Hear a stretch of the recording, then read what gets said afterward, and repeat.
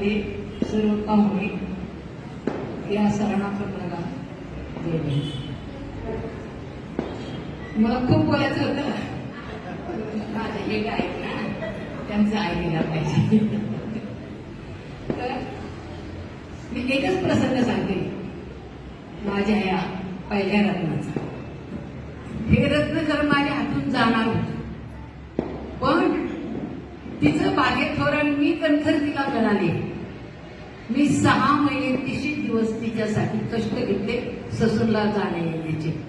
कारण काय, तर तिला पोलिओ झाला होता वयाच्या 10व्या महिन्यात. ती संपूर्ण कमरे खाली गेली होती, तिला उभं सुद्धा राहता येत नव्हतं. असं हे संकट येऊन माझ्यावर धडकलं होतं.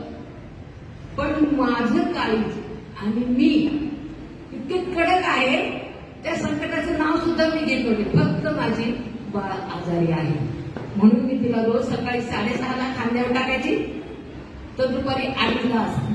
आणि ते इतकं हुशार होतं, तिला डॉक्टरने मला सांगितलं होतं तिला रोज केळीचा आणि सफरचंदचा. म्हटलं ठीक आहे, मग मी तिला केळी घ्यायची, ती झोपेत सूर घ्यायची आणि मी ती केळी हातात नको म्हणून खाली टाकली.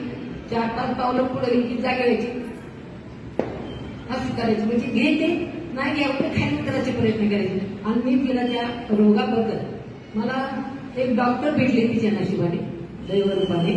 त्यांनी सांगितलं गाठ्यात अजिबात तिला ठेवायचं नाही, उतरायचं नाही, काय नाही काय नाही.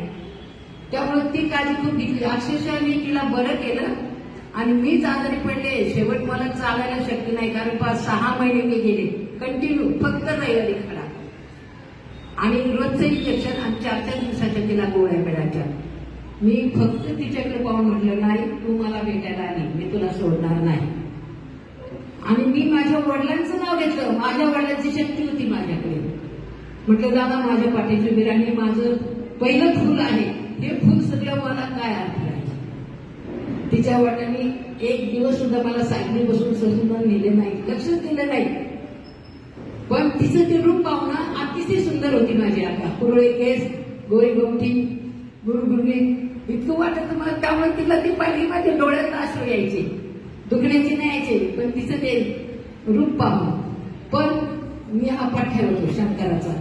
मी हारले नाही, खचले नाही, पैशाचा विचार केला नाही. तिला 6 महिने 85